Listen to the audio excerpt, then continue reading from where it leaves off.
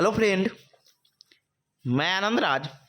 आप सभी देखिए, बिहार में जो सेकेंड फेज का जो बहाली प्रक्रिया का रजिस्ट्रेशन आपका 17 तक लास्ट डेट था। और देखिए 17 तक कितना लोगों ने रजिस्ट्रेशन किया, 6 से 12 तक नहीं, क्लास 6 से लेकर 12 तक।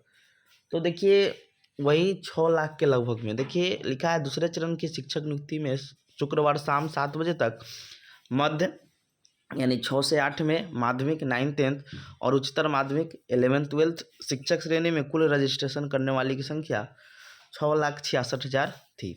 इसमें 5,52,000 शिक्षक अभ्यर्थियों ने रजिस्ट्रेशन करने के साथ साथ भुगतान कर उसकी प्रक्रिया पूरी कर ली है। वही 3,46,000 अभ्यर्थियों ने अपना आवेदन फॉर्म भी भर लिया है। इसके अतिरिक्त प्राथमिक वाला तो बीएड वाला नहीं करेगा। अब देखिए यानी आपका मतलब समझिए कि शाम तक 6 बजे मतलब शुक्रवार के ही रात 12 बजे तक रजिस्ट्रेशन करने का टाइम था। उसके बाद रजिस्ट्रेशन का डेट ही ख़त्म हो गया, तो बिना रजिस्ट्रेशन का आपका फॉर्म भी नहीं भरा सकता है। और इसमें कुछ लोग बिना सब्जेक्ट कॉम्बिनेशन वाले भी होंगे, समझे, या कुछ लोग का सब्जेक्ट कॉम्बिनेशन नहीं होगा या सब्जेक्ट गलत हो गया होगा, तो उन लोग का तो पहले ही बीपीएससी बोल दिया है कुछ गलत आप लोग नहीं कीजिएगा कि फिर बाद में दिक्कत ना हो जाए आप लोग को। तो और फिर उसके बाद इसमें तो 6 लाख के लगभग में आपका इस बार फॉर्म गिरा है, समझे, जिसमें आपका 6 to 8 में 9th-10th और 11th-12th में ज़्यादा जो भीड़ आपका 6 to 8 में भी है, 9th-10th में भी है। और 11th-12th में जो लोग स्टेट पेपर 2 पास होंगे, पीजी होगा, उनका उसमें थोड़ा कम भीड़ है, लेकिन 9th-10th और 6 to 8 में बहुत ज़्यादा भीड़ है।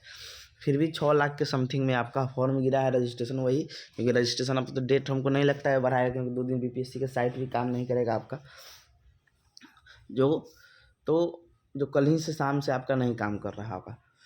तो इसके बाद रजिस्ट्रेशन का डेट भी नहीं, और एग्ज़ाम डेट भी बोला गया है कि हम 7 तारीख से ले लेंगे, 7 दिसंबर से।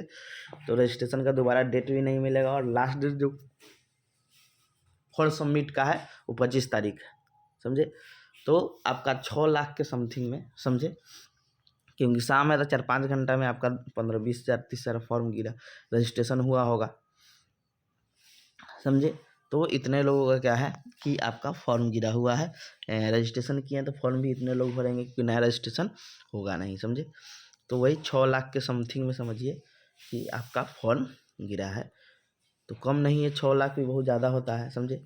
लेकिन इसमें क्या करना चाहिए कि जैसे 3 वो एक ही श्रेणी में सबको रिजल्ट होता है, जिनको प्रायोरिटी के हिसाब से दिए हैं कि 1 to 5 में हमको 11th-12th होना चाहिए, तो उनको पहले 11th-12th में ही जॉब का ऑफ़र करना चाहिए, क्योंकि इससे सीट बर्बाद नहीं होता। फिर अब मान लीजिए कोई स्टूडेंट का 3 गो में रिजल्ट हो गया, तो फिर वहाँ पर क्या होगा कि उनका तो 2 सीट, मान लीजिए वो 6 to 8 में हो गया, 9th-10th में 11th-12th, जॉब तो एक ही में कोई करेंगे।